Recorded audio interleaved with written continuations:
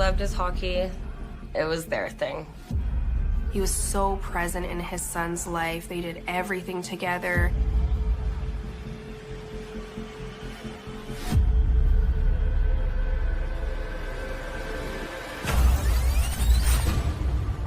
He was meant to take care of kids and give them a second chance. Ricardo Hibi is doing everything he can to be a positive influence in these kids' life. He's stabbed 3 times in the chest and he's left for dead. Is there an old score to settle? Is this something from Ricardo's past?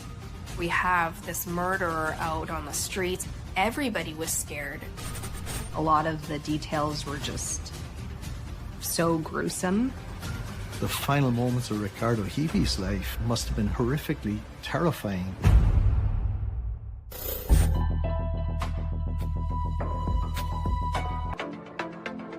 December 2018, Winnipeg, Canada.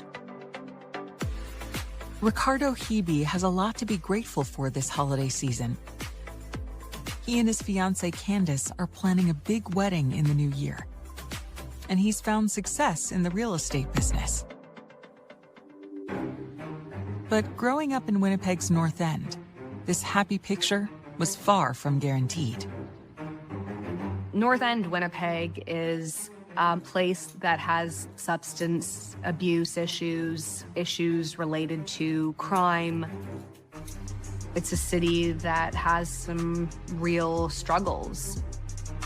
Ricardo's early years, he had a lot of tumultuous relationships in his life with family or guardians. He kind of had to navigate on his own. We went to the same high school. His energy was so enigmatic, like everybody wanted to be around him. We just met one night and the rest was history. His parents separated when he was young. They both left Winnipeg. He stayed because he didn't want to leave. So he ended up staying with one of his friends. We talked about his childhood. It was very broken. On Ricardo's 16th birthday, an act of kindness changes his life. One of his friends, his mom took him in. She was a single mom raising her own kids, and she was a foster mom as well. She just took him in, supporting him. As long as he went to school, that was the deal. And he kept that deal with her and got good grades. He was actually an honor roll student. He calls her super mom.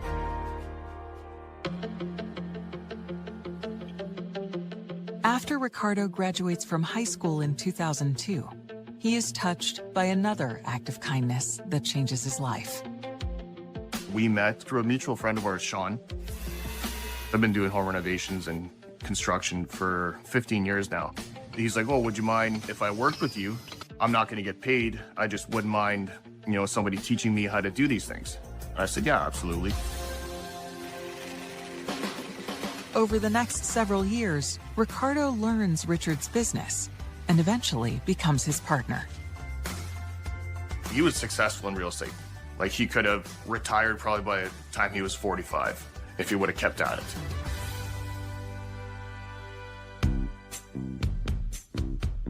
Then, in December 2010, when he's 26 years old, a mutual friend introduces him to Candace Woloshyn. He was this mean-looking guy, but so friendly and nice. So his laugh and his smile right away. And then we just hit it off there. He said, you're mine. And I said, okay. He ended up signing his name on me that night. And I came home. My mom was like, what the hell is on you? And I was like, oh, God. I was like, I found my love. I'm like, he signed me. So we're stuck together now. I was like, I found my forever. And I did. I really did.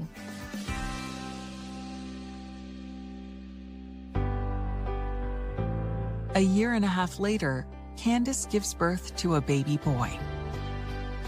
I can't even explain it. Just seeing his eyes holding Junior, that was his world. Everything was about him. He had to be with him 24/7.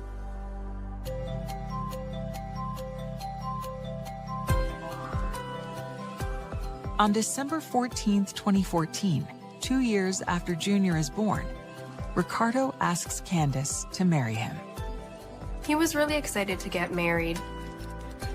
That was kind of the last little bit to solidify their family as a unit.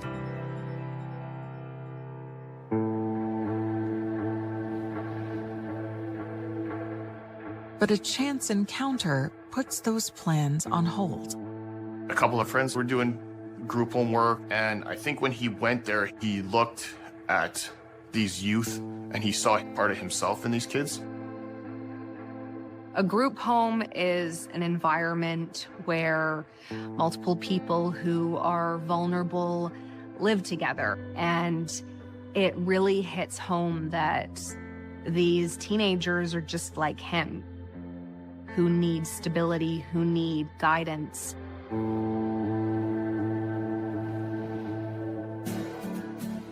Ricardo decides that the best way to repay the acts of kindness that turned his life around is to create his own group home for at-risk teens.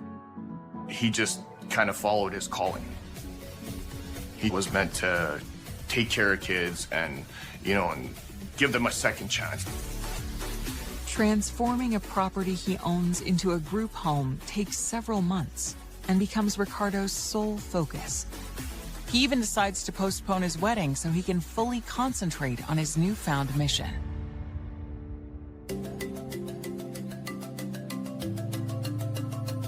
He signed up with an agency, which then certified him. He was approved, and 3 teenagers were placed in his care. He gets to do what he loves, and he gets to keep kids off the street. And the kids loved him. He would take them to the gym. He was adamant on them going to school. He did everything with them. He wanted them to do better. They would laugh, like they would even call him the dad. They looked up to him. It was like home. We'd have supper there with the kids. Our kid was there all the time. By the winter of 2018, 4 years after he proposed to Candace, Ricardo is ready to plan their long overdue wedding. We planned his wedding party. I was supposed to be the best man in his wedding. He wanted to proceed with it and to get married. As Christmas approaches, Ricardo takes his family out for one of the favorite activities he enjoys sharing with his son. Cheering on the Winnipeg Jets. He loved his hockey. It was their thing. Like every Jets game they'd be watching, screaming. He just wanted him to be, his main thing was hockey. That's what he wanted him to do. It was him and his son at the Jets game. He had season tickets, so he would always go to all the games and bring his son. He was so present in his son's life. They did everything together. You could just see he's just so happy and laughing.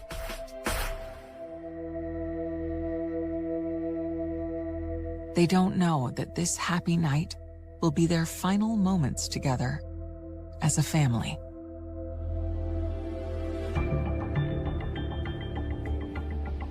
On December 17th, Ricardo agrees to give his former business partner a hand with one of his construction jobs. At lunchtime, he tells Richard he's got to go run an errand. I remember it vividly. Every time we leave for the night, we're not going to see each other till the next day. He would always do like this side fist bump to me. And so the day of, he was saying he has to go home and he's going to get something to eat and he'll meet me back at the house. And I'm like, okay, sounds good.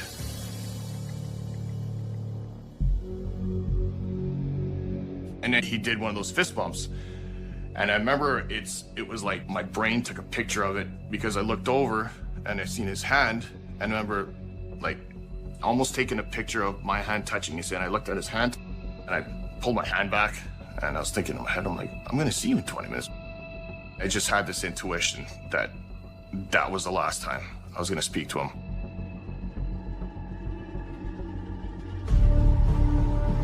At 2:30 p.m., a call comes into the Winnipeg police reporting a disturbance at Ricardo Hibi's group home. Ricardo Hibi was on the phone with a lawyer at the time. So the lawyer hears a commotion, knows that there's something wrong. The lawyer calls 911, and patrol units are immediately dispatched to Ricardo's group home.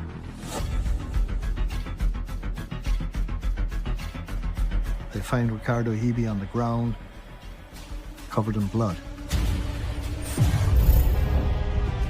Detectives try to decipher a clue that could crack the case. Somebody is lying. Somebody knows something about that blood stain on the door. While they grapple with the question of who would want Ricardo Hibi dead. We have the citizens coming together in uproar, thinking, what is going on in our city? What did he do wrong? Nothing. He opened the door. He's trying to defend his home and defend the children in his care. I didn't see real. I lost it because it was like a nightmare.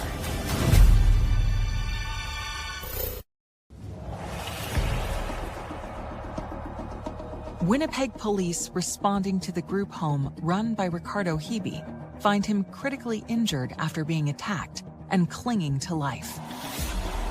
You're looking at a chaotic scene. He's stabbed 3 times in the chest. He's left for dead. He's bleeding out. They're going to do whatever they can to save his life. The paramedics take him to the hospital as quickly as possible.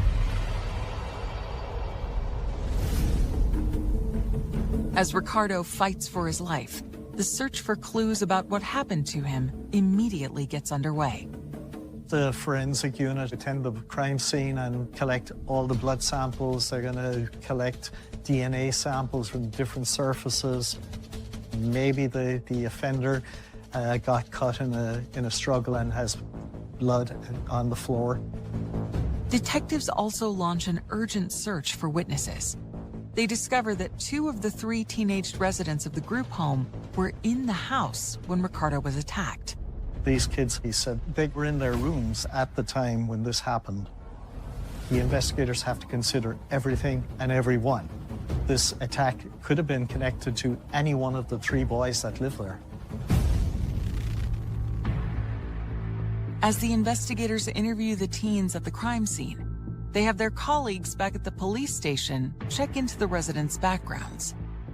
Investigators ask the gang unit and in the drug unit if there's any open investigations involving the group home or the people who live in the group home. But they find the opposite, that Ricardo Hibi is running a really clean ship and he's doing everything he can to be a positive influence in these kids' life.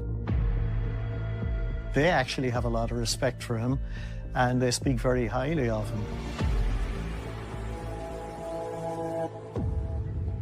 The teens also tell the police there's one more resident of the group home who's known to everyone as CH, but they haven't seen him all day. CH was not there at the time. It's imperative that the investigators find CH and interview him as well. Detectives get the addresses of CH's school and work and begin trying to track him down. As they do, word comes that this has just become a homicide case. Ricardo Hibi was pronounced dead at the hospital. Ricardo's fiancée Candace is home when she gets the call that turns her world upside down. Hearing the words that he's dead. I didn't see real. I lost it because it was like a nightmare.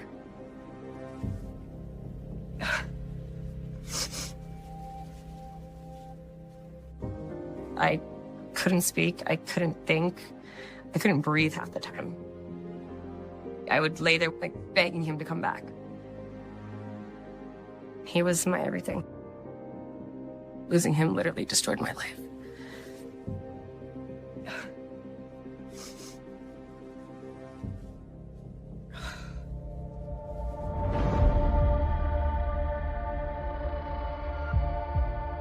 I'll never forget that phone call because all I could hear was Ricardo's dead. And instantly I dropped the phone. I couldn't breathe. I fell down. I was crying. Thank God my husband was carrying our child because I was completely distraught. It was just heart-wrenching. As Ricardo's stunned loved ones try to cope with the terrible news, Winnipeg detectives continue looking for reasons and potential suspects. Why did the suspect do this? Is there an old score to settle? Is this maybe something from Ricardo's way past and somebody has asked this guy to go there and kill him? Who knows? But you can't rule out any of these options. He didn't have any enemies. He didn't have anybody that had a personal vendetta against him. He never screwed somebody over. Investigators examining the crime scene make a major discovery that they hope will shed light on what happened. There's a camera showing the exterior of the residence, so it would show anyone coming up to the door. Police are able to quickly review the surveillance video, and when they do, they learn the camera was an eyewitness to the murder. They are able to play back Ricardo Hibi's final moments. The surveillance footage shows a man in a black coat walking up to the group home. There is a brief interaction. You can't hear what's said, but the man in the black coat pulls out a knife, stabs Ricardo 3 times. The crime was shocking. Here's a guy who is running a group home for vulnerable children. What did he do wrong? Nothing. He opened the door. He's trying to defend his home and defend the children in his care. And then he gets stabbed. The final moments of Ricardo Hibi's life must have been horrifically terrifying. Despite showing the murder, the footage yields no clues to the identity of Ricardo's killer. Unfortunately, the images are grainy, they're fuzzy, and they're just not good. The exterior camera showed the suspect wearing a black jacket with a fur-trimmed hood. The hood was up. The footage shows that Ricardo's attacker approached from the street and never entered the house. The 2 kids who were in the house, they're ruled out at this point. For detectives, it's now more urgent to find the one resident who was not home at the time of the murder, CH. It's imperative that the investigators find CH and interview him. Maybe he knows something that the other kids didn't know. And also to be able to account for his location at the time the offense happened. It's not clear where CH was at the time of Ricardo Hibi's death. Police are just trying to piece together if he's connected to all of this. The day after Ricardo Hibi is stabbed to death, detectives are urgently searching for the one resident of Ricardo's group home who cannot be accounted for, a teen known to his friends as CH. At this point, the investigators still haven't tracked down CH. The first obvious place to check would be the school and his place of work. It turns out that he didn't attend either of them on that day, which is a little weird because he was expected to be in school and he was scheduled to be at work, but he didn't show up for either. And there's no account of where he is or where he could be. So they cannot rule him out or rule him in any way at this point.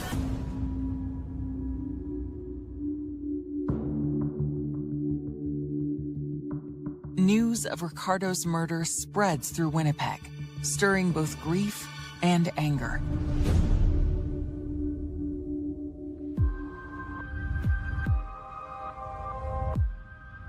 This was quite a high-profile murder in Winnipeg.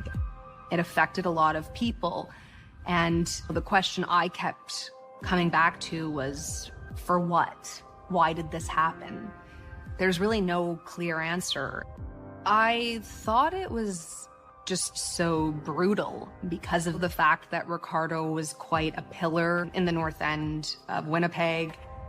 It was just such a sad story. I mean, this man dedicated his life to trying to help young men who were in a similar position to him, so it seemed just so tragic that he would die while doing something good for the community. It just felt very cold and brutal. We have the citizens coming together in uproar, thinking, what is going on in our city? We have this murderer out on the streets. We're all going out in support because we don't want this to die in the media. We want it to be up close and personal with every resident of this city because this is all of our issue.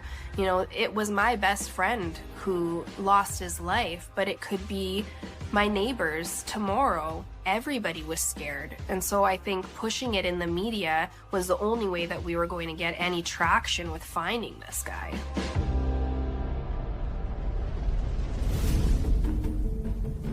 Two days after Ricardo Hibi's murder, as detectives continue to search for CH, police get an unexpected visitor. On December 19, CH arrived at police headquarters and tells the officer at the desk that he understands that homicide investigators want to speak to him. He tells police that he doesn't know who would have had reason to attack Ricardo. He doesn't believe it had anything to do with him. He certainly denies being part of the attack or having any knowledge whatsoever of it. The investigators want to know, where was he at the time of the attack? CH tells the investigators that he was at his girlfriend's house. His alibi is that he spent the whole afternoon with her, and that's why he didn't go to school, and that's why he didn't go to work. He said that he was dealing with some relationship issues, and that's why he hadn't come forward. And he claims that he didn't know anything about the homicide until he had recently heard about it, that police wanted to speak with him.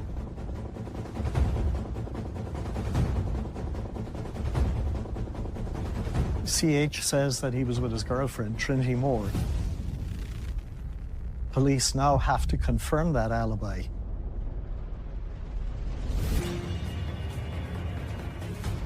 CH gives detectives Trinity's address. They head straight to her house to check his story.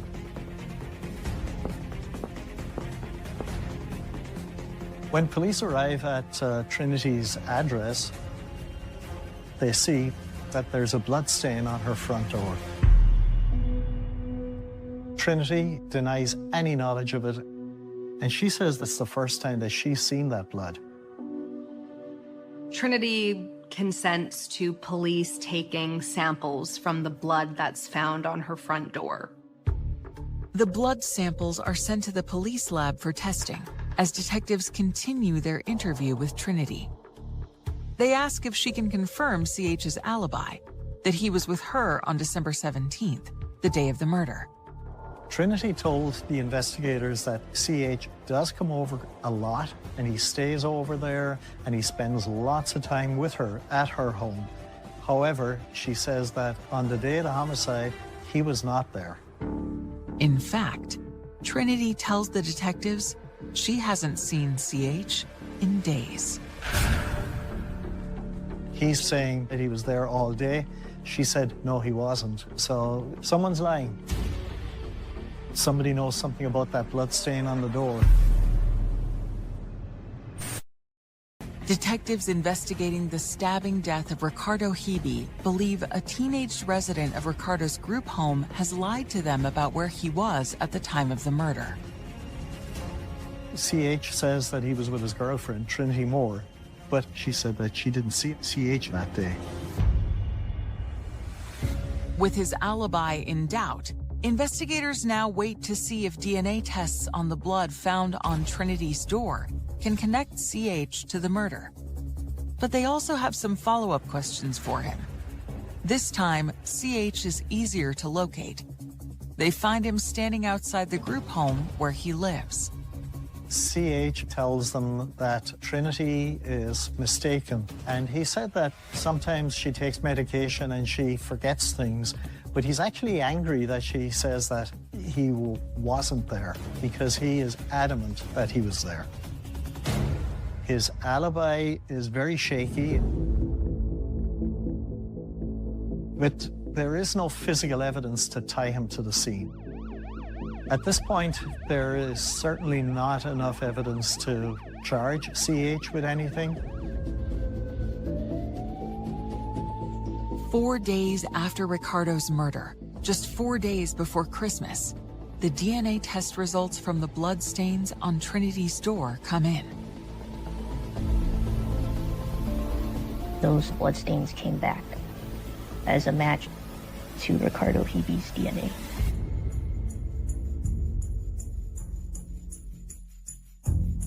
It is not contaminated with anybody else's DNA. It is Ricardo Hibi's DNA, and it is definitely something that happened after his attack. This is a huge break in the case because now there is a direct link from the crime scene to Trinity's front door.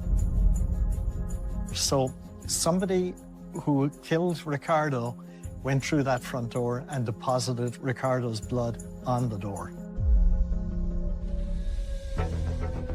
The test results convince detectives that Trinity knows more than she's told them about how Ricardo's blood got on her door. They rush back to her home to confront her.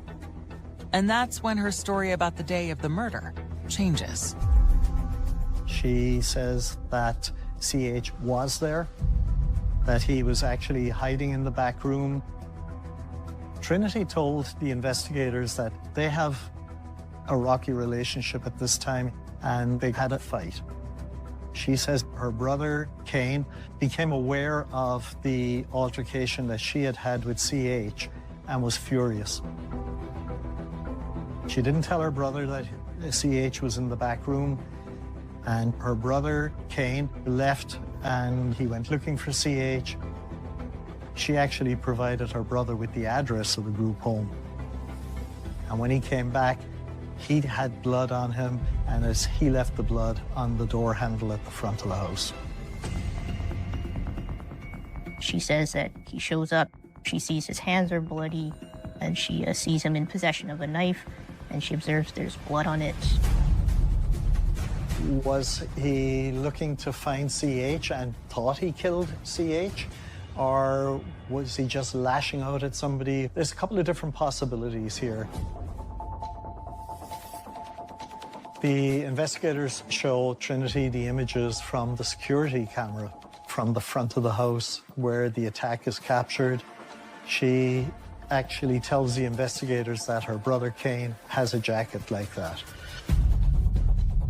Trinity told investigators that she hadn't seen her brother since the day of Ricardo's murder. She lied to police because she didn't want to get her brother in trouble. She was trying to protect her boyfriend as well. With Trinity's statement, CH is cleared of any suspicion. Now the investigation has taken a completely different turn. It looks now like Kane Moore is the #1 suspect. Once he was identified as a suspect, the investigators are going to look at his record. Kane had a history of violence. He had a history of unprovoked attacks. Kane went to Stony Mountain, which is just outside Winnipeg. It's a federal prison. It's for serious and violent offenders. While he's in the penitentiary, he's involved in another serious incident. He's a suspect in another stabbing inside in the penitentiary. Kane was facing charges related to the death of another inmate. Despite the pending charges, investigators learned that in October 2018, 2 months before Ricardo was stabbed to death, Kane Moore was granted parole and released from prison. He's a very dangerous person, but he was not designated a dangerous offender by the courts. He wasn't even supposed to be out on the street. In his parole documents, it stated that he is high risk to reoffend, and somehow he was let out. When I found out, I was furious. How do you allow someone out who killed someone inside? If you can't protect people in there, how are you supposed to protect them out? He's very volatile and he's got a very dangerous background, so it's urgent to find him as soon as possible.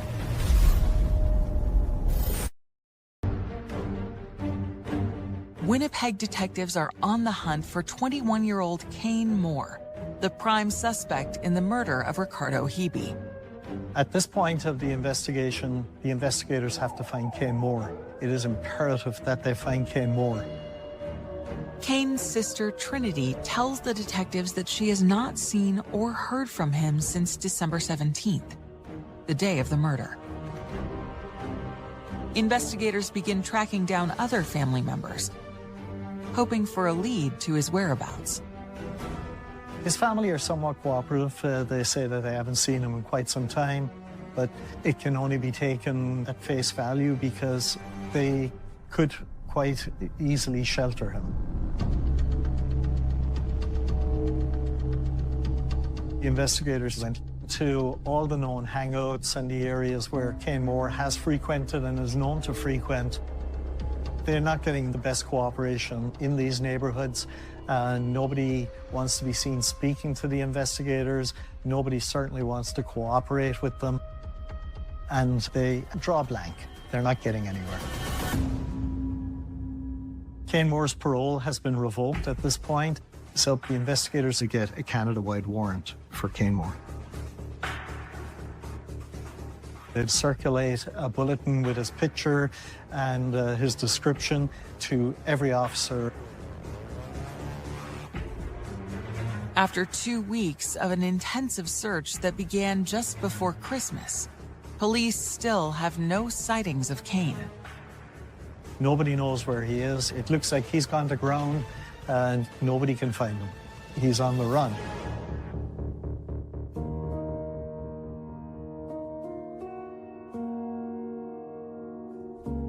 It was a brutal holiday season for Ricardo's friends and family. They're dealing with this awful tragedy, but they also have no answers. There are very few details at this point about where the main suspect in this murder is. It took a huge toll on me, physically, mentally. I wasn't eating, I wasn't sleeping from the stress of it. That just completely shattered everybody. It's unexplainable. My brain was numb. I just was trying to, soak in the shock.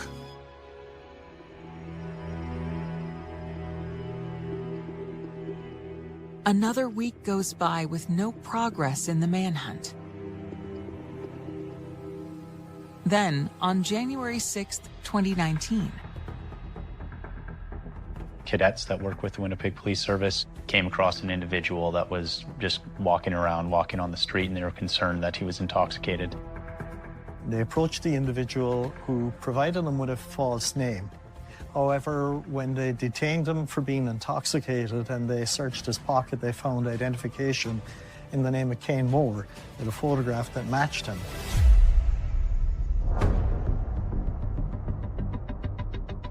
Once cadets clue in and realize that they have the main suspect in Ricardo Hibi's murder, they call detectives immediately.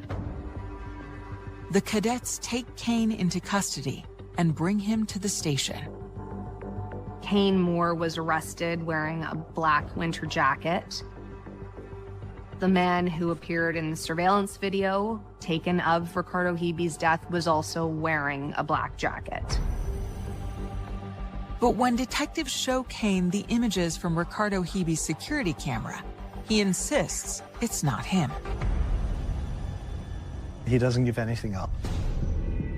Kane Moore clams up, he denies any involvement in the murder, and he asks for a lawyer. Kane Moore never admits to attacking Ricardo Hibi, and he never admits to killing him. But when investigators examine the jacket Cain was wearing when he was arrested, they make a critical discovery. Police found bloodstains inside that jacket. Investigators test the blood that's found in this black jacket, and the DNA matches Ricardo Hibi's DNA. Cain Moore is arrested for the murder of Ricardo Hibi.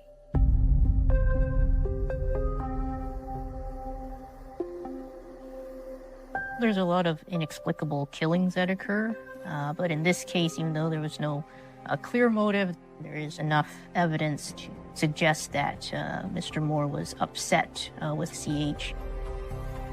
Cain Moore wanted to get into the house to find CH, and Ricardo blocked him. He was protecting the kids in his house and doing what he was supposed to do. And Cain Moore wanted to get in there and lashed out the way he always does, violently.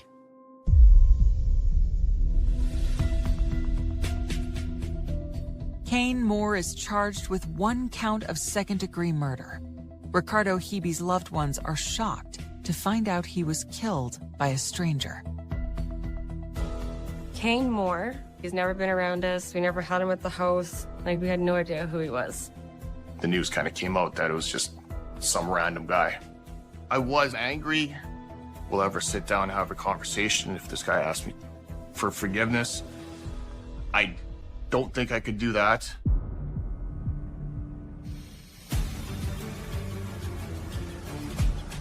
Cain Moore's trial begins in September 2020. Prosecutors are confident they have the evidence to convict him of murder. They call their star witness, Trinity Moore, the accused killer's sister, to the stand and ask her about what she saw the day Ricardo was murdered. Trinity Moore gave a sworn statement to police that her brother Cain Moore showed up, that she saw he had bloody hands. Trinity Moore recants her statement when she's called as a witness. She tells a completely different story.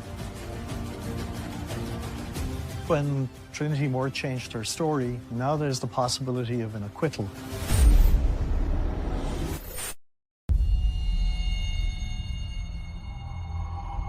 Cain Moore is on trial for the murder of Ricardo Hibi. Prosecutors expect his sister, Trinity, to testify that he came to her home after the murder, covered with blood, and confessed. But her testimony stuns them. When she gets up on the stand, she completely contradicts what she had told investigators. She says that her brother was not involved and never came over. She said that when she spoke to police, she didn't know what she was saying because she was high and drunk at the time.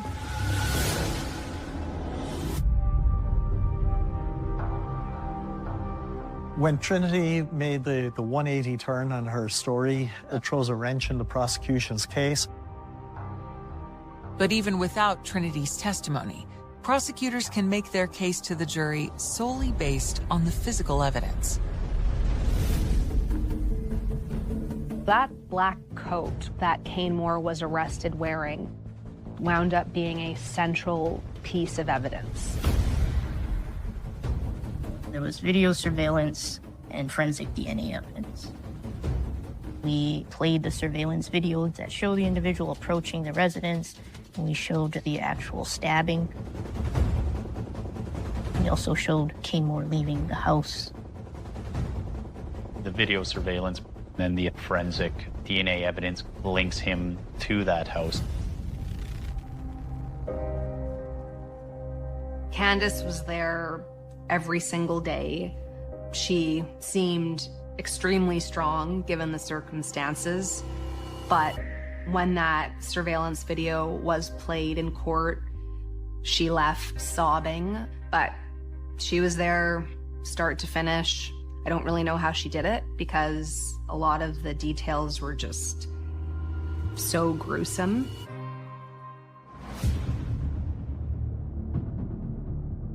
The jury deliberates for 6 hours.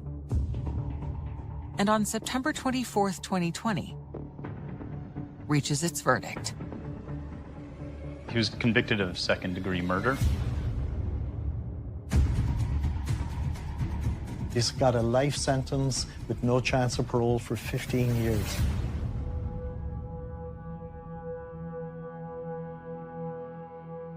For Ricardo's family and friends, the sentence only adds to their pain. He did not deserve anything less but life in prison with no eligibility for parole. And that's something that is still hurting us because he's still going to be eligible to come out eventually. It's a really sad irony because Kane Moore is the exact type of young man Ricardo Hibi would have wanted to help. So you can't help but wonder if things could have gone differently.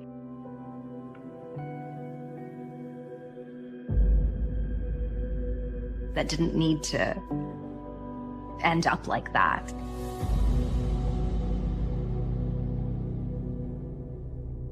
I accepted that there's nothing I could have changed. There's nothing that anybody could have done. It wasn't supposed to be for him. This shouldn't even happen. He was taken from me. Not having him around, I am very, very lost still.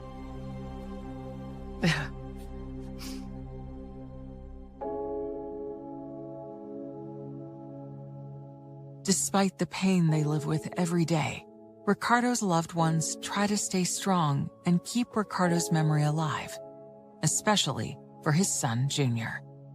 Everybody dealt with it in their own way. I still have a good relationship with his son.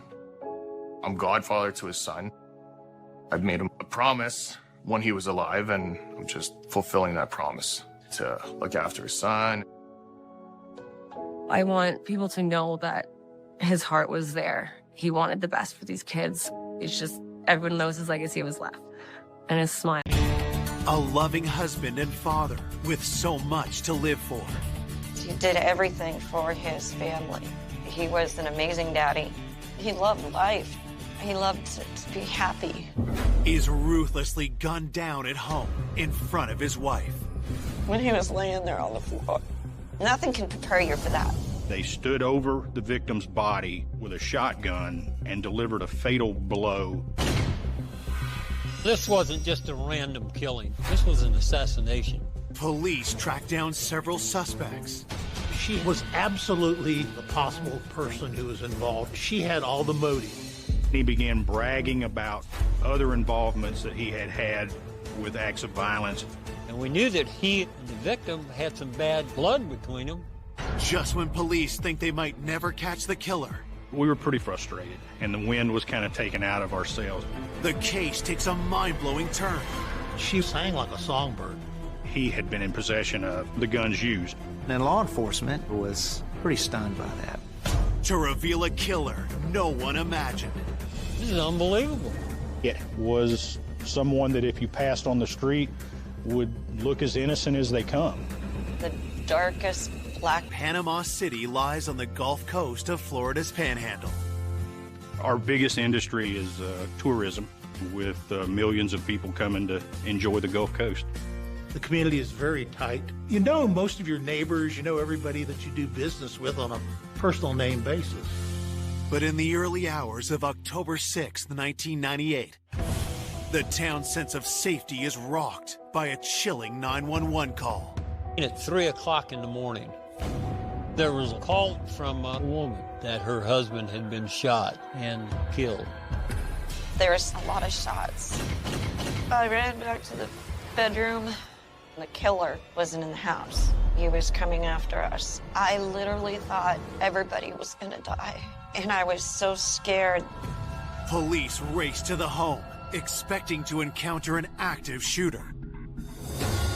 Their first thought is clearing that house, making sure that the killer's not still in the house. As the officer entered, the first thing that he noticed was the victim's body in the kitchen area. When they started calling out that they were the police and they were there, the wife was in a bedroom. She had retreated to seek safety for her and her children, which were still in the house. This is all just happening so quickly. I don't know how I'm supposed to trust that whoever's out there is not the killer. Officers find no sign of the gunman and assure Angelica it's safe to come out of the bedroom. The wife came out and she was very, very hysterical. When they walked me back out, when he was laying there on the floor, I knew he was gone. You have somebody murdering your husband and shooting you, all in seconds. Nothing can prepare you for that. Angelica identifies the man as her husband, 30-year-old Ron Stovall. The children were taken to Ron's parents' house. They didn't live too far away. And the victim's wife went to the police department where we could talk to her. With Angelica and the children out of harm's way, detectives can examine the crime scene. As a responding detective, I go in and start looking around. Ron, the victim, he had been shot 3 times in the back, once in the hip, and there was a shot to the back of the head. Investigators find an important clue close to the victim's body. There were some bloody footprints there on the floor. Part of those footprints had what looked like the letter H, 2 H's kind of next to each other on the sole. Whoever was wearing that shoe had perpetrated at least part of the crime because they would have been standing in the victim's blood and then exiting the residence following the homicide. The Stovall's front door also reveals how the murder unfolded. We could see her husband was shot outside, and then the killer shot through the door, and he got into the house, and he had shot Ron in the back of the head. As daylight breaks, a forensic team scours the outside of the home. They found a handgun projectile out on the sidewalk near the driveway. The killer shot what it clearly looks like a handgun round to the lower extremities, and then you have a shotgun round to the head. This was overkill. They stood over the body and delivered a fatal blow. When you see that type of crime scene, you're looking immediately for someone that displayed some type of grudge or emotional hatred for the victim. While forensics wrap up their investigation at the crime scene, detectives head to the police station to speak with Ron's wife, Angelica. We really took note how emotionally overtaken she was, but she had been an eyewitness to this scene, so she was critical in our investigation. I can't even comprehend what's going on. He was dead. I did not want to live without him. Ron was truly amazing. He was always full of life, very kind, sincere, very real. Born in Panama City, Ron Stovall was one of 4 siblings. He was very close with his family. He was always out doing stuff with school, doing stuff with the church. He was well known within the community. Ron served almost 4 years in the Navy. He had felt a commitment to his country and enjoyed his naval service. Ron always dreamt of having a family, and in 1989, he met his first wife, Tina Trexler. Tina and Ron got married, and they had 1 child, they had a daughter.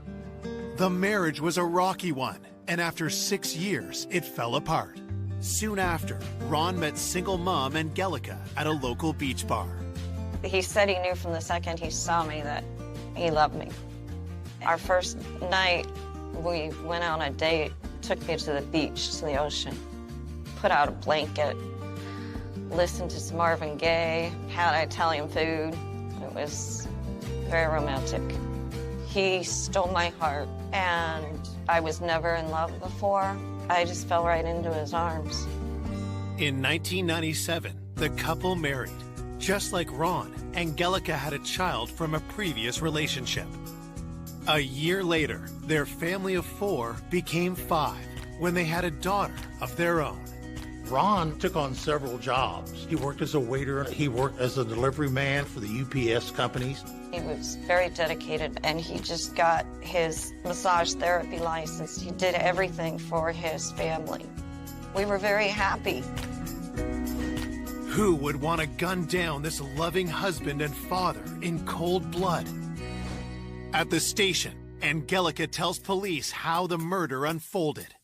I was able to tell the cops everything I knew, and I didn't try to hold anything back.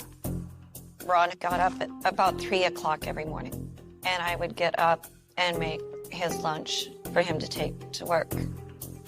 She explains how Ron left the house and was suddenly ambushed. There were some shots. I didn't know what was going on. He collapsed on the ground, and the killer tried coming through the door, so I was fighting with him. He got his hand through it. I grabbed the gun, and he opened the door with his hand, and I looked down that barrel of that silver gun, and he shot it. The bullet just misses Angelica. I ran back to the bedroom. As Angelica shares more details about the deadly attack, detectives gain important information about the killer. She described him as male, brown eyes, brown hair, and that he had some type of facial hair, possibly a mustache. She indicated hearing the assailant say to Ron as he was delivering the fatal gunshot wound, "This is for her." It sounded very evil. Angelica tells police she doesn't know the meaning behind the killer's words. We needed to find out who her was, and we needed to find out what made this so personal to her. Well, this wasn't just a random killing. This was an assassination, is what it was. Investigators ask Angelica who might want Ron dead. Immediately, she went to Tina, his ex-wife. Ms. Stovall indicated that the relationship between Ron and his ex-wife was volatile. There was a custody issue over their daughter. Things got a little bit more sticky with the custody setup, and Ron was filing for full custody of the child. Could the bitter custody battle have turned deadly? This was an enormous red flag for us as a team. Whoever her was may have in fact had to do with his ex-wife. It's probably one of the worst situations we ever deal with, is with the man and woman and children involved. It will just about make a person do anything. Coming up, police uncover a key piece of evidence. He brings out a shotgun round that is similar to the one that we've recovered from our crime scene, leading to a disturbing plot. The photo identification that made him a prime suspect. It was his eyes. What I saw was the same person. And a sickening betrayal no one saw coming. They planned this whole thing. None of us had ever worked a case like this. I do not understand how somebody can have so much hatred. Police investigating the cold-blooded shooting of 30-year-old Ron Stovall are looking into his relationship with his ex-wife, Tina Trexler. We knew that there was an extreme amount of tension between Ron and his ex-wife, and there was a custody battle that was forthcoming. Ron and Tina originally shared custody, but Ron had filed a petition basically saying that he wanted full custody of the child. Up to this point, Tina was that individual that had the most to gain from Ron's death. Perhaps she had not been the one on scene, but it still doesn't eliminate her as having some type of involvement. This looked like certainly an intentional and a premeditated killing. Might have been a killing for hire. Detectives speak to Ron's friends and family to get a clearer picture of the animosity with Tina. When Ron remarried, it was okay, but not really okay. Tina, as well as her family, did not like the new wife, and the situation deteriorated between all of them. As Ron and Angelica's family grew, Tina's behavior appeared increasingly erratic. Tina began feeling that Ron was trying to work Tina out of the picture as the mother, and so that had really kind of amplified the rub and the tension. There wasn't all this, crazy fighting, and it was too hard for his daughter. We were just concerned. This custody hearing was coming up in about 2 or 3 weeks from when this incident happened. Tina was absolutely a possible person who was involved in this murder. She had all the motive. Could the custody battle have driven Ron's ex-wife to murder? Investigators bring Tina in for an interview. One of the things that was most alarming when we sat down with Tina was that There was no remorse, no emotional activity on her part that she was even concerned that he was dead. When investigators ask about her relationship with Ron, Tina's answer is surprising. We knew there were a lot of hostilities, but when Tina was interviewed, she kind of painted that the relationship with them was cordial, it was friendly. It's a red flag for us as investigators because she's already showing signs of deceit.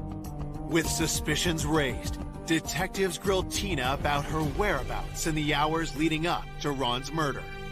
She told us the night before the homicide, she had went to work at a local restaurant. She was a bartender. She got off sometime between 11 and midnight. She had went home and sat and watched TV with her mother. Then after that she had went to bed, and at the time of the homicide itself, she had been home asleep.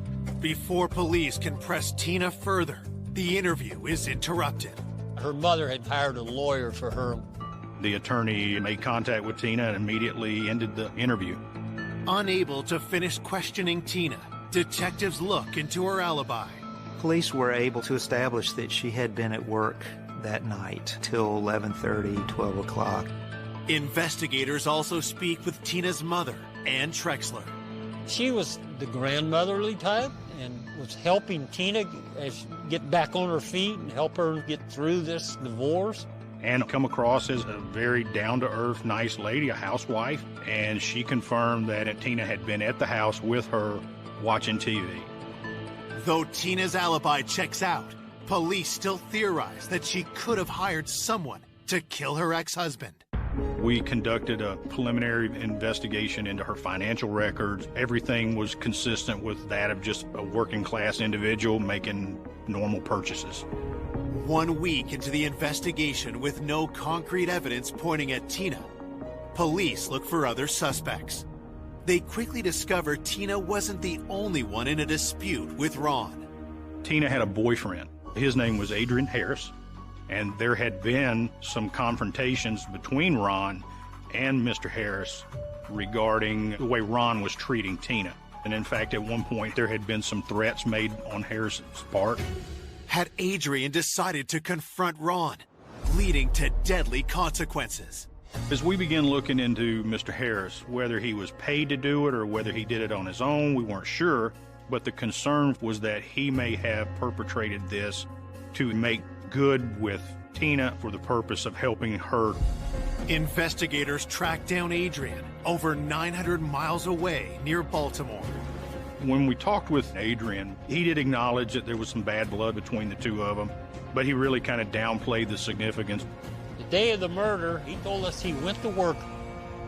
He had clocked in before 7:30, and the time of Ron's death was 3:30 in the morning. Detectives checked travel times between Baltimore and Panama City. There was not enough time to get to Panama City from several states away to do the murder and go back home. While Adrian is ruled out, someone close by catches the investigators' attention. We talked to his roommate, Guy McInvale. When the officers went to talk to Adrian's roommate, they discovered the description of the killer that Angelica gave to law enforcement. The roommate fitted quite well. Guy McInvale had brown eyes, brown hair, and he had a mustache. Now we had another individual that we want to look at. Once we saw him, Guy fit the description. He was a roommate with Adrian Harris, and we knew that Harris and the victim had some bad blood between them. We thought maybe he went there to kill him. Is this the break police have been hoping for? Investigators rush to confirm if Guy is a true match for the gunman. We got pictures of him to show the victim's wife, Angelica. See if he could have been the one that she saw that night. Back in Panama City, detectives include the picture of Guy into a photo lineup.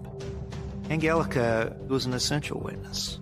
She was a witness who can identify the individual that did the crime. Her photographic identification, it was surprising.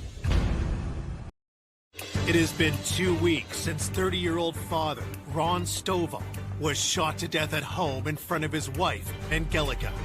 Now, detectives hope she can identify the shooter from a photo lineup. She picked out Guy McInvale as being the killer. It was his eyes. There was something very, very similar. What I saw was the same person. There was an identification of Guy McInville that made him a prime suspect. We have Miss Stovall's positive identification of Guy as the individual that was in front of their house. There's a sense of relief that begins to sweep through the unit because you're finally on to a really developing hot lead. We want to now try to establish what type of physical evidence do we actually have between the victim, Ron, and Guy. Detectives get a search warrant and race over to Guy's Baltimore residence. They make a telling discovery. We search his items, and looking at me right square in the face was a pair of shoes consistent with the shoe impression that we had at the scene. So we're moving in the right direction. Police bring Guy to the local police station for questioning. Although we still were missing the key pieces of evidence, the guns and such as that, we really felt like we're starting to put together the edges of the puzzle. In speaking with Guy, what he provided us for an alibi was that he was in Maryland working. At the end of work, he went home, slept. The next day he got up, went to work, and so that was his alibi. Detectives check out Guy's story.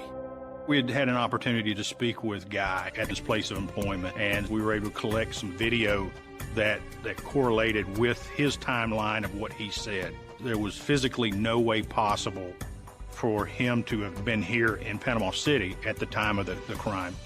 It turned out that what Guy McInville said to the police was correct. Guy had an alibi. Eager to further prove his innocence, Guy volunteers to take a polygraph. He successfully passed that. So we were able to clear Mr. McInville. For police, it's a disappointing setback. We were pretty frustrated, and it's a roller coaster. It's one of those, now you're back in the lows again, and the wind was kind of taken out of our sails. Angelica wanted to help the officers along, but her perception at the time of the event was clouded by the terror, the trauma of the incident itself. I remember him being the same person. It stuck in my head like that, but I was wrong. It's difficult when you see something that quick that you can say, okay, this is the individual that did the crime. We thought we had this thing solved, but you just got to go regroup, see what you still have to do, and you just start from there. Desperate for new leads, investigators review Ron's autopsy report. The autopsy confirmed 2 different weapons. They told us that it was a .357 round that he had been shot with, plus the shotgun shell. One big thing we learned was that shotgun residue got in his face. We think that Ron was laying there on the floor, and this guy's saying this is for her, and he presses that shotgun to the back of his head, and Ron's looking at him when that went off. The forensics report contains another crucial detail that could lead police to the killer. These were close proximity rounds, and so we knew that this was something personal. And the shotgun shell was paramount. It was a unique round. We would be able to identify it. So that was a plus in our corner. Detectives shared details of the firearms with local law enforcement, hoping to track down their owner. We work so closely with the different police departments in the area. We talk to them all the time in case something turns up. As investigators continue to search for answers, Ron's loved ones struggle with their grief. The best thing in my life was that life. I didn't think I was strong enough to go through anything without him. He was always full of life. Losing your soulmate, you can't even explain how much pain that was. It still is. It'll never go away.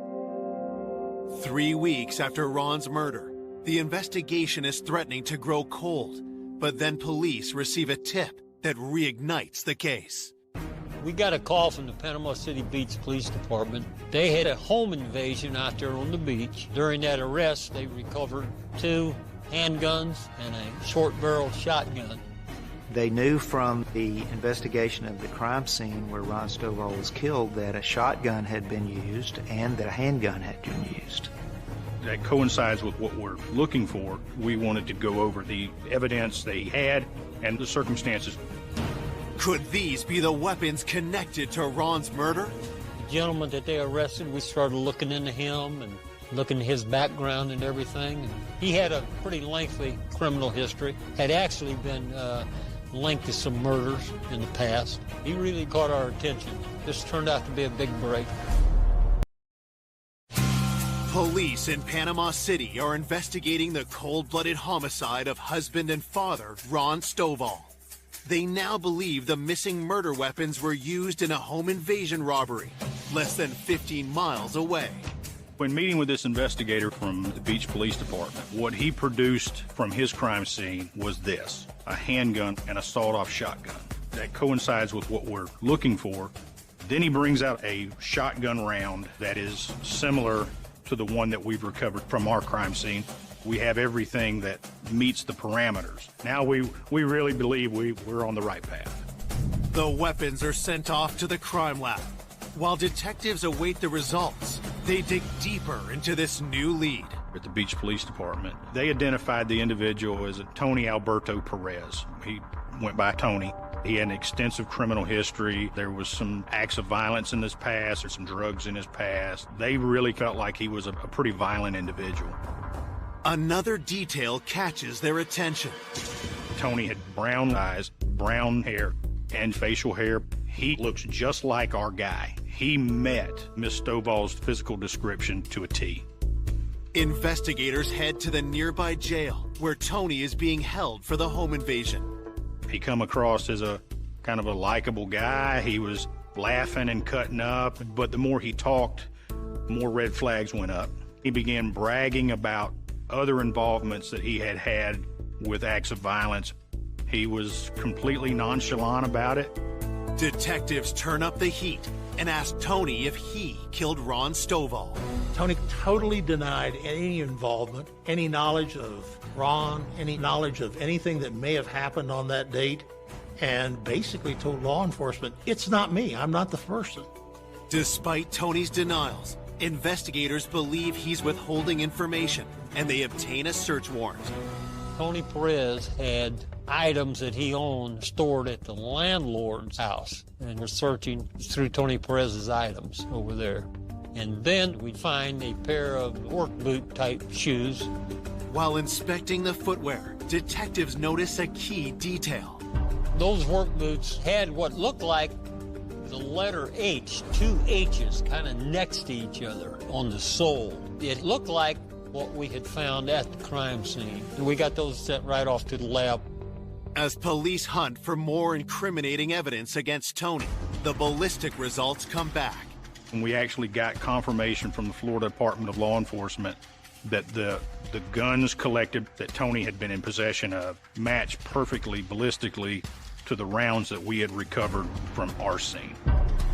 That evidence right there is one of the biggest things you could have in any murder case. You can find the weapons and find a person who has the weapons. That's major. So now that we can put Tony, at least the guns, at the scene, that gave us the ability to change gears with Tony. We had the information and ammunition that we needed to confront Tony about what really happened. Detectives head back to the jail to interview their prime suspect. As Tony began to kind of spin his version of what happened to Ron, now he acknowledged having a little knowledge of it, but he said that he had loaned his guns to someone else and that he didn't know what they did with them. He didn't have any involvement in it. But what he says is that he had heard Ron was dealing drugs, and that's why he was killed. We had already done a thorough background on Ron. We knew Ron was not involved in any drug business. We had talked to too many people. He was a happily married man trying to make it in life. That's what Ron was. Then Tony gave us information that would kind of put us on some individuals that might be involved, and we tracked those individuals down, and we were able to confirm 100% that they had nothing to do with Ron's death. People sometimes, when they are being questioned, especially when the police have some of the goods on them, will make up stories. And that's what Perez did. As far as the police could determine, that was a total concoction by Tony Perez. Detectives believe Tony is lying, but wonder what motive he could have to kill Ron. We were still kind of struggling to establish how Tony would have came into Ron's life. Going through Tony's belongings, we found some cell phone bills there, and they were linked the name of Kim Miller.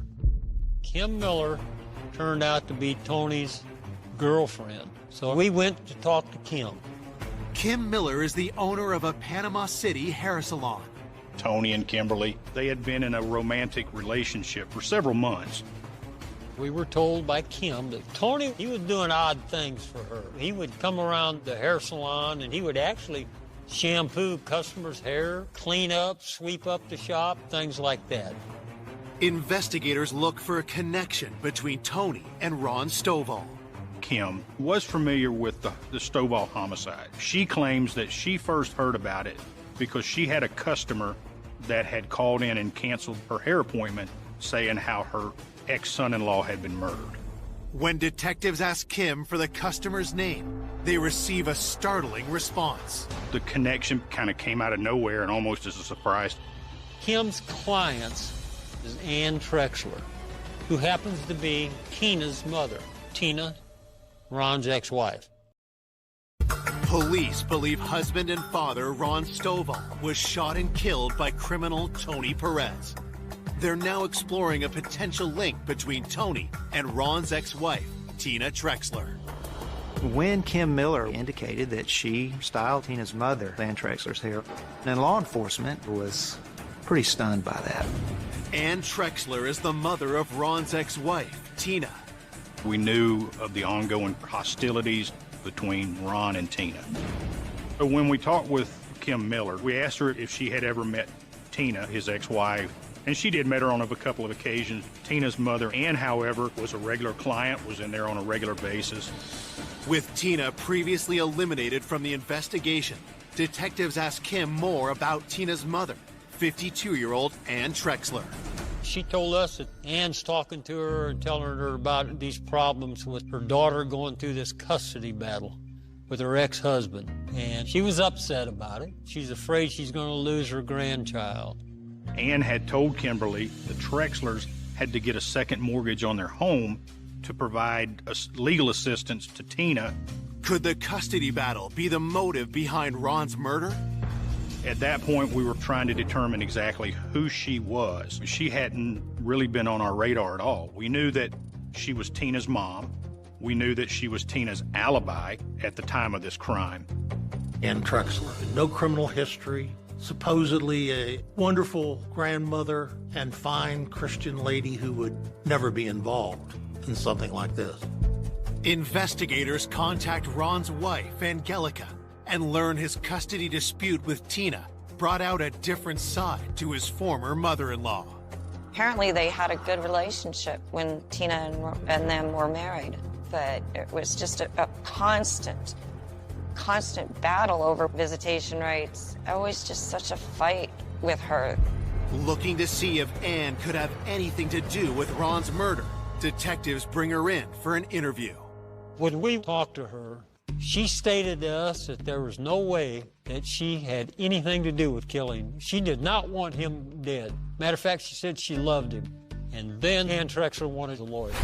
And once they get a lawyer, you're done talking.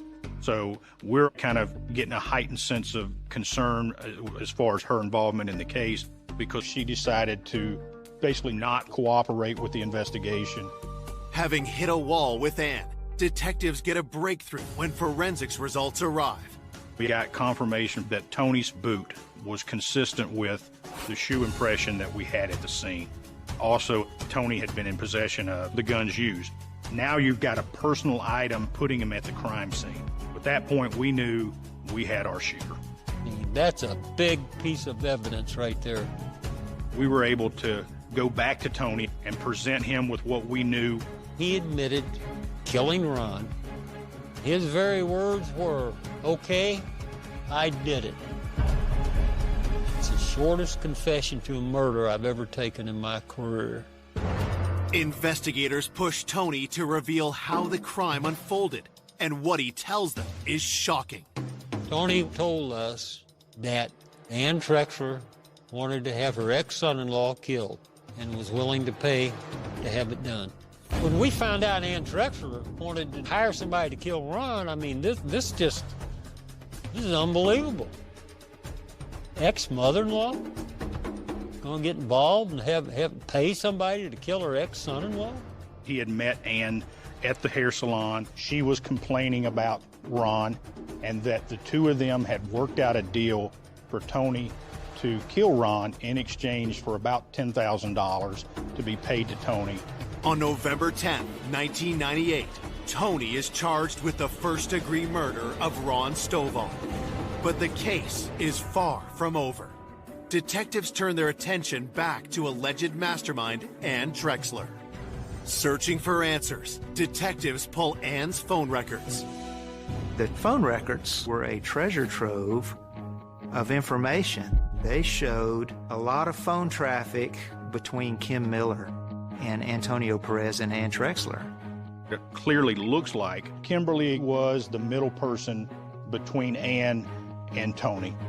There were phone calls between the Trexler house and Kim Miller at strange hours of the night for strange amounts of time that could not be explained away by saying, we're setting up our rinse and set. Another thing, we were able to show that Ann Trexler received a phone call from Kim Miller the morning right after Ron's death. So there were links to tie Ann Trexler to this plot, but there was no hard, concrete connection of evidentiary value. We needed something else that would show that Ann, in fact, had hired Antonio Perez to kill Ron Stovall. Tony Perez, he says that he had come to an agreement with Ann Trexler to kill Ron for $10,000. Detectives scour Ann's financial records for any signs she had commissioned Ron's murder. We have withdrawals from her bank accounts that coincide with when Tony says he was paid and the amount that he was paid. So now we have proof that what Tony's telling us is accurate regarding being paid. With regards to Ann, none of us had ever worked a case like this. So it was kind of a shock that all of these pieces were kind of lining up to support she is the motivation to this entire crime. But we felt like we still cannot make the case against Ann Trexler. We needed someone to corroborate what Tony Perez said. We needed somebody else that can draw the line between the money and the murder of Ron Stovall. We have to go back to the middleman in the case, which is Kim Miller. She's the whole key to this thing. She was looking at criminal charges, but without her, we're not going to get Ann. She is the only way that we're going to have true accounts of what happened. We went and picked up Kim Miller and brought her in. Kim Miller, she stonewalled. She said, no, I'm not talking to you. I'm not telling you anything.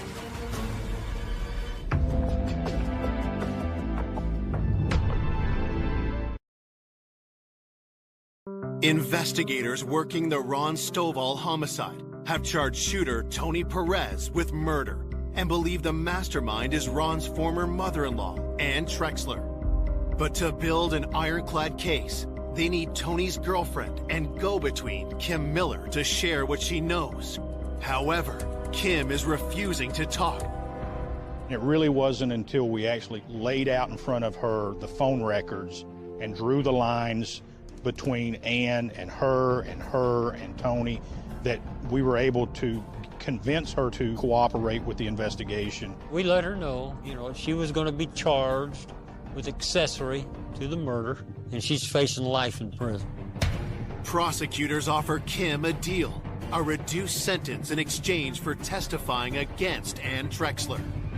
Eventually, Kim takes the deal. Kim sang like a songbird.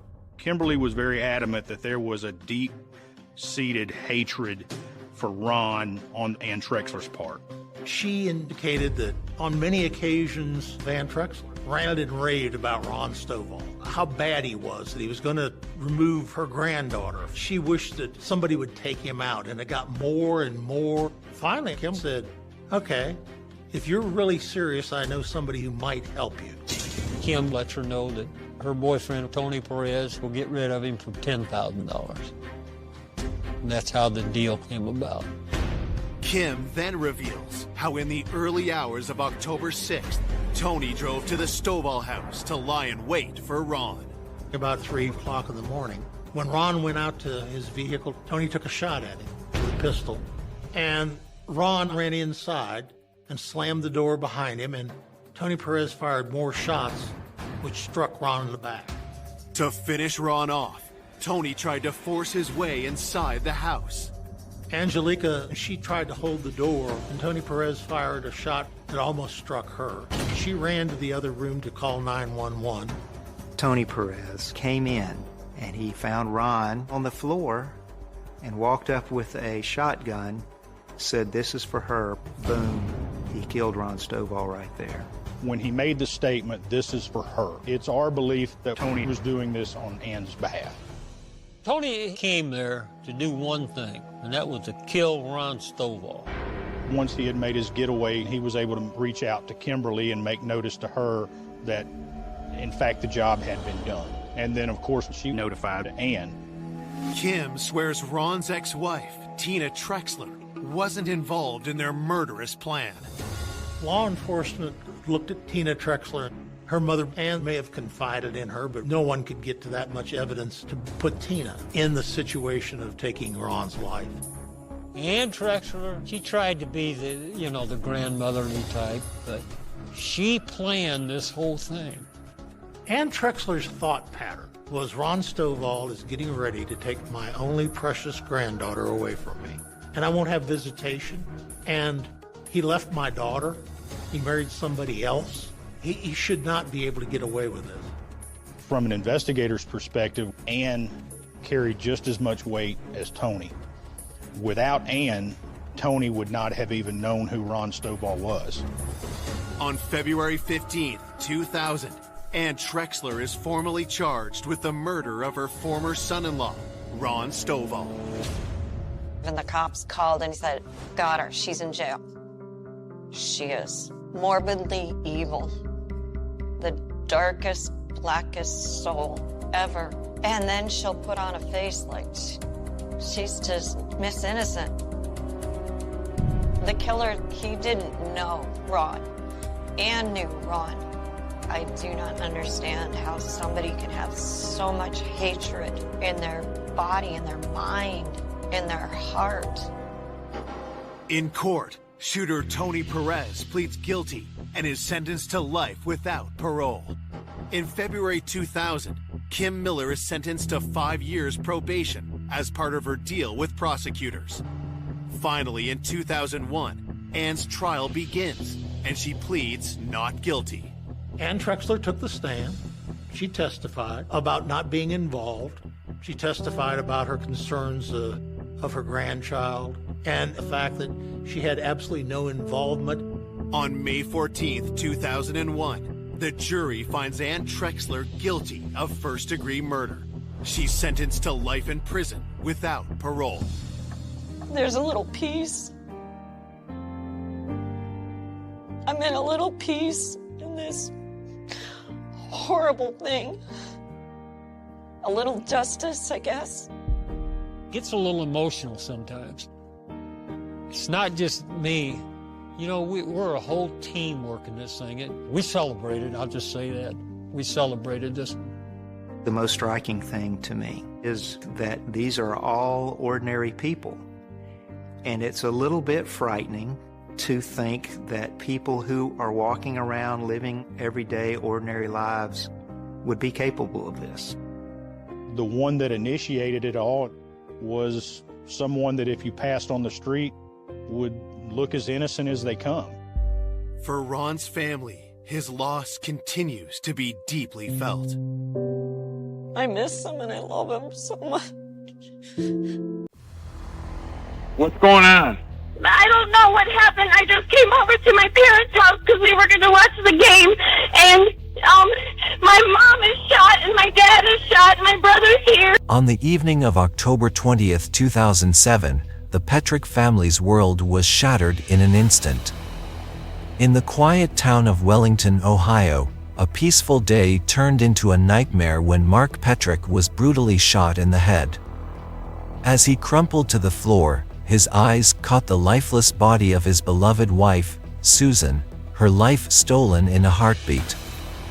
Their daughter Heidi, along with her husband, walked into the house moments later, only to be greeted by a sight that would haunt her forever. With trembling hands, she immediately dialed 911, her voice barely able to convey the terror before her. The police arrived swiftly, scouring the scene for clues. It didn't take long for them to conclude that a single, ruthless shooter had targeted the couple. But who could commit such a heinous act, and why? As the investigation began, questions swirled. Who was this cold-blooded killer? Was there a connection to the Petrick family? And most chillingly, what could have driven someone to such a gruesome crime? Hello and welcome back. If you are new to our channel, be sure to hit the subscribe button and turn on notifications so you don't miss any future videos. Now, let's dive into this heartbreaking story.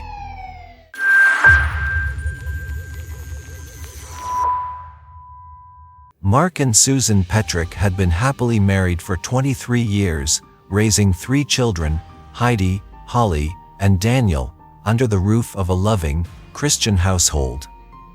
Mark was a dedicated Pentecostal minister at New Life Assembly of God in Wellington. Susan, originally from Chevrolet, Maryland, had met Mark during her time at Valley Forge Christian College. Their love blossomed, leading to a life filled with faith and family. Their youngest, Daniel, affectionately known as Danny, was the light of their lives. At 16, Danny was a typical high school student at Wellington High, known for his friendly demeanor and passion for football.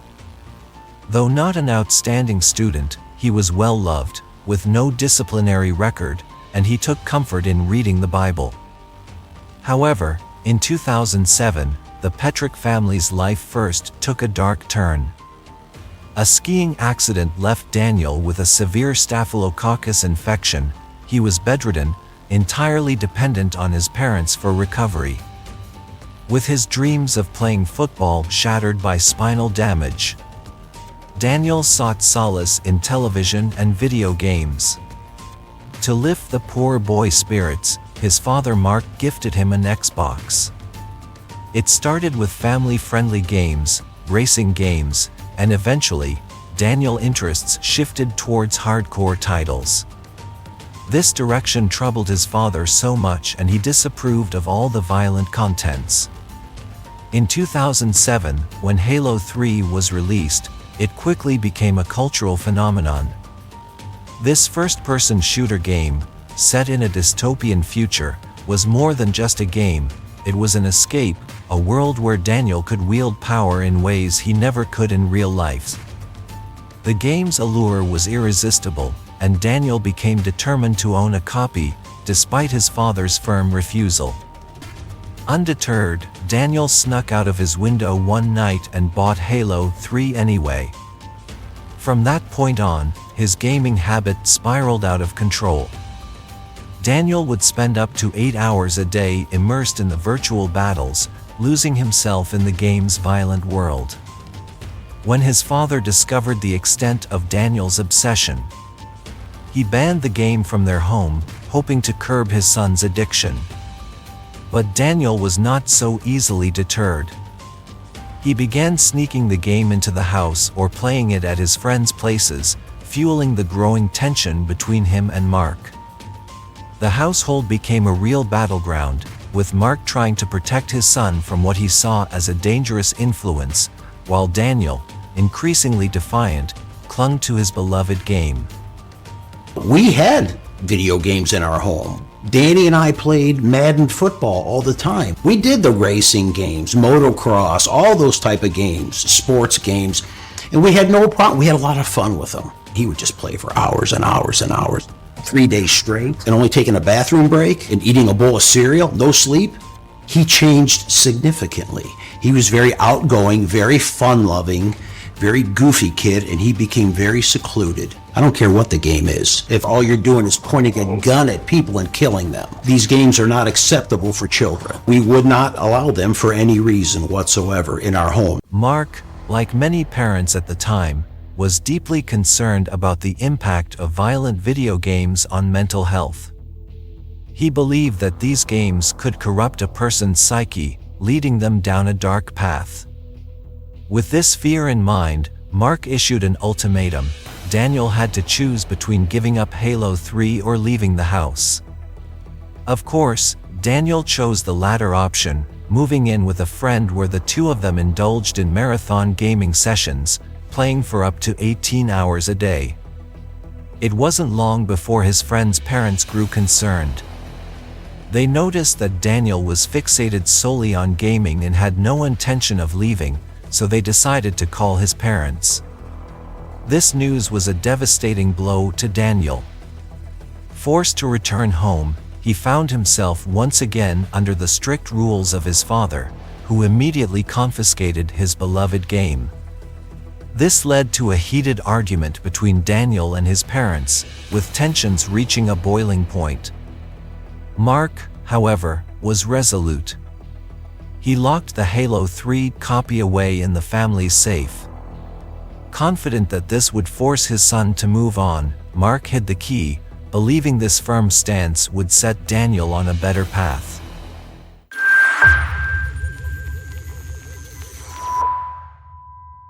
October 20th, 2007, began like any other day for the Petrick family. It was a Saturday, and the family was preparing to enjoy a quiet evening together. Heidi, the eldest daughter, had planned to be home that evening. The family planned to watch a baseball game together. At around 7 p.m., Danny came downstairs and approached his parents with excitement. "Hey Mom and Dad, I have a surprise for you. Will you close your eyes?" Anticipation filled the room as Mark and Susan Petrick, with smiles on their faces, agreed to close their eyes, awaiting the surprise Daniel had in store. The silence was broken by a sudden, sharp click. Daniel shot his father before he could process what was happening. Daniel had already stolen the hidden key, accessed the safe, retrieved his game, and armed with the U.S. Taurus P92 handgun. The bullet struck Mark directly in the head at point-blank range. Numbness overtook him as he collapsed to the floor, his vision blurring, only to witness the unthinkable, Daniel turning the gun on his own mother. Susan. 3 deafening shots echoed through the room. The first bullet tore into Susan's chest, the second into her arm, and the final, fatal shot struck her in the head. She died almost instantly, her life extinguished in a flash. As Mark lay on the cold ground, fighting to stay conscious, Daniel approached him, placing the gun in his father's hand with a chilling calmness. "You should hold on to this," Daniel muttered, as if the weapon somehow still belonged to Mark. But Mark, battling to stay alive, could no longer comply with his son's twisted game. A sudden knock at the door shattered the tension. Heidi, who was supposed to arrive later in the evening, had come early with her husband, Andrew. Panic surged through Daniel. He hurried to the door, trying to block his sister from entering. "You shouldn't come in," he stammered. "Mom and Dad had a huge argument." But Heidi's instincts kicked in when she heard faint moans from the living room. Straining to listen, she recognized the weak, desperate voice of her father calling for help. Without hesitation, she pushed past Daniel, and what she saw froze her in place, the blood-soaked scene that was once her family's living room. Before Heidi could fully comprehend the horror, Daniel, now desperate, grabbed the gun again. He intended to kill all witnesses. But Andrew, quick on his feet, lunged forward and wrested the weapon from the teenager's grasp. Disarmed and cornered, Daniel fled the house in the family van. He didn't forget to grab his copy of Halo 3. He came right around here, walked up right behind me, and shot me right in the head. And then he turned. He hit her 3 times, and she died almost instantly. He kept trying to give me the gun, and I wouldn't. Then there was a knock on the door.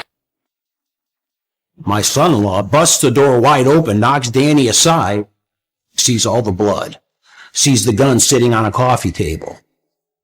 And he just looks at Heidi and says, "Do not come in here. Call 911. With Daniel gone, Heidi's mind raced. She immediately dialed 911, her breath caught in her throat as the gravity of the situation began to sink in. The nightmare wasn't over, but she had to save what was left of her shattered family. What's going on? I don't know what happened. I just came over to my parents' house because we were going to watch the game, and my mom is shot, and my dad is shot, and my brother's here. Does anybody know what happened? Did your brother shoot your parents? I don't know. I think so.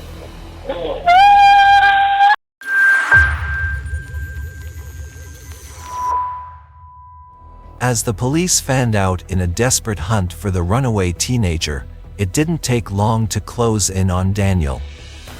With a chilling sense of calm, he drove toward his friend's house, ready to play Halo 3 as if nothing had happened. But the authorities were faster, and soon, Daniel's brief escape came to an end as they apprehended him before he could reach his destination. The boy who had shattered his family was now in custody, his dark journey brought to a swift halt. My dad, he shot my mom and then shot himself.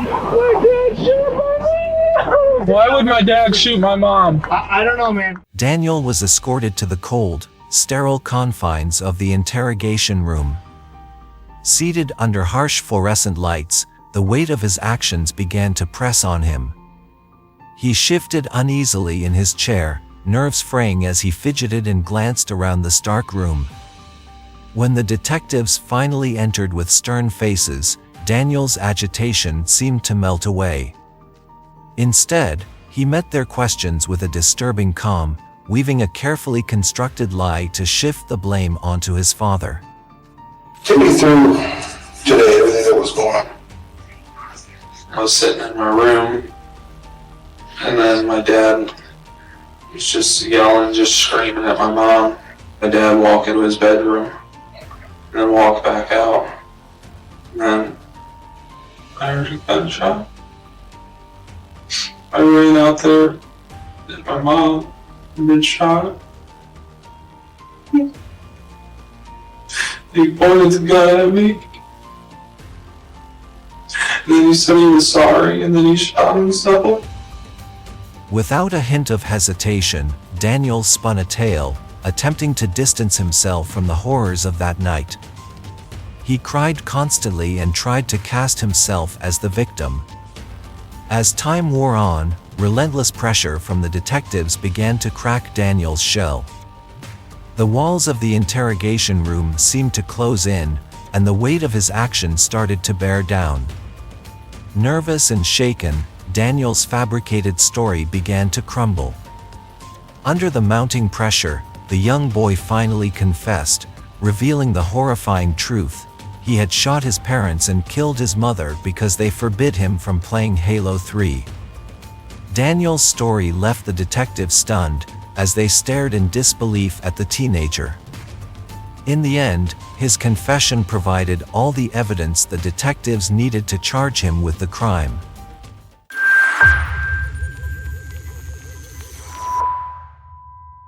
Meanwhile, back at the Petrick house, Mark was rushed to the hospital in critical condition. He underwent 5 grueling surgeries, including reconstruction of his eye socket and jaw. The physical and emotional trauma was overwhelming, and Mark eventually slipped into a coma, the weight of his son's actions pulling him into a dark abyss. I was in the hospital for, I think, 30 days. They did 5 surgeries on me. reconstruction surgeries to my eye socket, the roof of my mouth, my jaw, just all kinds of stuff. I couldn't stop thinking about what happened that night. And the more I thought about it, the more I wanted to kill him. This tragic turn of events meant that Mark was unable to attend his wife's funeral, as he was locked in a battle for his own life in the hospital. Against all odds, Mark miraculously survived the devastating gunshot wound to his head. After 2 long weeks in a coma, he finally regained consciousness, only to face the daunting task of relearning basic bodily functions, his brain severely damaged by the trauma. But physical recovery was only part of Mark's ordeal. As he struggled to regain control of his body, he was also wrestling with a far deeper and more agonizing pain. His own son had brutally taken his wife's life. The thought that this unspeakable act was triggered by something as trivial as a video game added another layer of torment. The anger and sorrow of watching his family destroyed by such senseless violence weighed heavily on Mark. I said, God, I hate that kid. I hate him. He's my son, but I hate him. And so I told God, you know what? The next time I see him, I'm going to kill him. Mark was consumed with rage, knowing deep down that he could never truly forgive his son, especially for the loss of his beloved wife. But as a father, the power of love began to take over. As Daniel's trial approached, Mark found himself torn between his need for justice and his role as a father.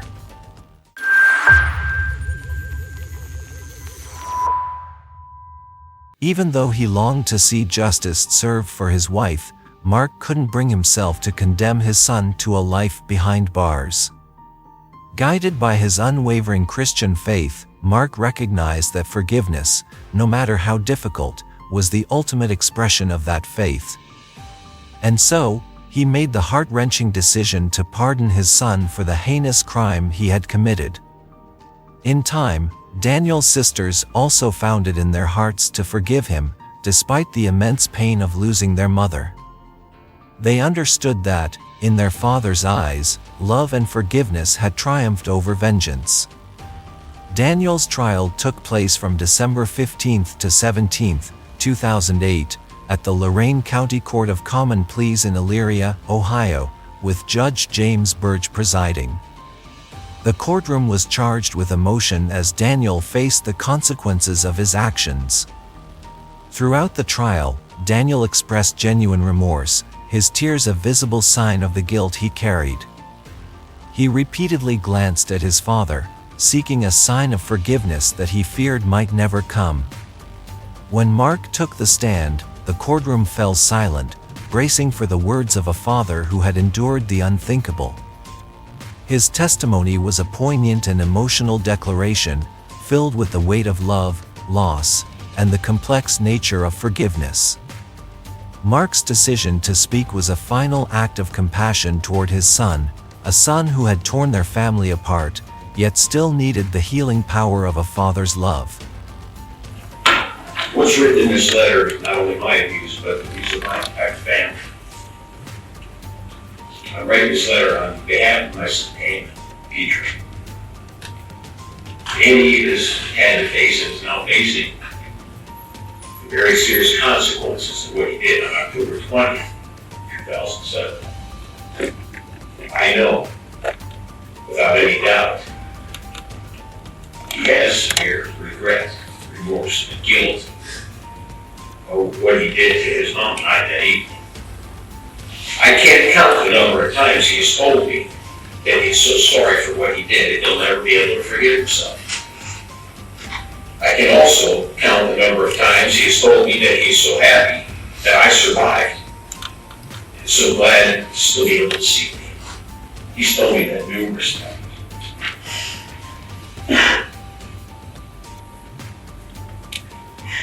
I love you, baby. I can't count the number of times that he said, Dad, I miss Mom. I miss Mom. His pain runs very deep, and it should. I believe it should run deep. And if his pain did not run deep, I guarantee you I would not be standing here speaking on his behalf. I called him like I see him. And I would not stand here and talk on his behalf if his pain didn't run deep. I know it does, contrary to others' opinions. In addition to the emotional testimony, approximately 25 people gathered in support of Daniel during the trial. Among them were his friends, relatives, and immediate family members, including his grandfather. Their presence was a testament to the complex web of love and loyalty that still surrounded Daniel, despite the horrors of his actions. But the prosecution saw things differently. They argued that Daniel's actions were premeditated, driven by anger and obsession. They pointed to the calculated way in which Daniel had executed the crime, luring his parents into a false sense of security before shooting them in cold blood. They also highlighted the fact that Daniel had tried to blame his father for the crime, a move that they said demonstrated his lack of remorse. The prosecuting attorney recommended maximum sentence, which was life without the possibility of parole. In the end, it was up to Judge James Burge to decide Daniel's fate. Due to his age, Daniel Petrick was spared the death penalty. However, he was sentenced to life in prison, with the possibility of parole after 23 years, the minimum sentence allowed. Ultimately, Daniel was convicted of aggravated murder, attempted aggravated murder, and tampering with evidence.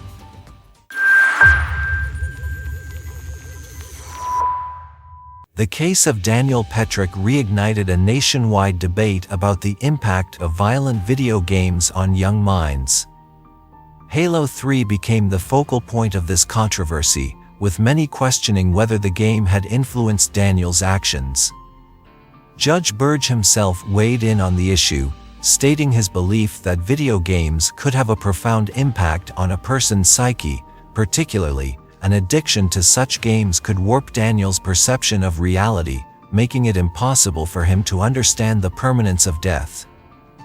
In this particular case, not so much the violence of the game, because I believe in the Halo 3, what it amounts to is a contest to see who can shoot the most aliens who attack. It's my firm belief that after a while, the same physiological responses occur in the ingestion of some drugs. And I believe that an addiction to these games can do the same thing. The dopamine surge, the stimulation of the nucleus accumbens, the same as an addiction, such that when you stop, your brain won't stand for it. The other dangerous thing about these games, in my opinion, is that when these changes occur, they occur in an environment that is delusional. Because you can shoot these aliens, and they're there again the next day. You have to shoot them again. And I firmly believe that Daniel Petrick had no idea at the time he hatched this plot that if he killed his parents, they would be dead forever. But I believe there's hope here. I believe that it will start here, and at some point when all is known about Daniel and what occurred here, we will be able to achieve a greater sense of justice. However, these statements have not stood the test of time. The assertions made during the trial lacked any solid medical or psychological evidence, and no credible studies have linked playing shooting games to the development of murderous thoughts in children. Nevertheless, Daniel Petrick is currently serving his sentence at Grafton Correctional Institution, with the possibility of parole in 2030. He is now 31 years old, and the boy who once dreamed of escaping into a digital world has been forced to confront the harsh realities of his actions. In interviews, Daniel has expressed deep regret for what he did, often speaking of the things he misses most, simple pleasures like family dinners, walks in the park, and the freedom to choose his own path. For Mark and his daughters, seeing Daniel convicted of murder has been a heavy burden, but the pain of losing Susan at the hands of their own son is a torment that haunts Mark to this day. Despite finding new love, Susan's memory remains deeply cherished in his heart. The Petrick family clings to the hope that Daniel, their youngest member, might one day get a second chance at life. They have all forgiven him and pray for his well-being as he serves his sentence. The crime Daniel committed fractured the family in ways that never fully heals, but none were more affected than Mark. Torn between his duty as a father and his sense of justice, Mark ultimately chose to stand by his son in court, driven by a love that could not be extinguished, even by such a monstrous act. He continues to miss the little boy he once knew. Today's case is one of true heartbreak. Daniel's actions, taken in a moment of fury, have left irreversible scars. Had he paused, had he chosen to talk to his parents instead of resorting to violence, the outcome might have been very different. Before we wrap up, we leave you with a question. Do you believe that Halo 3 played a role in affecting Daniel's psyche, leading him to commit this heinous act? Or do you think that Daniel's violent tendencies were already present, lying dormant until that fateful night? Share your thoughts in the comments section below.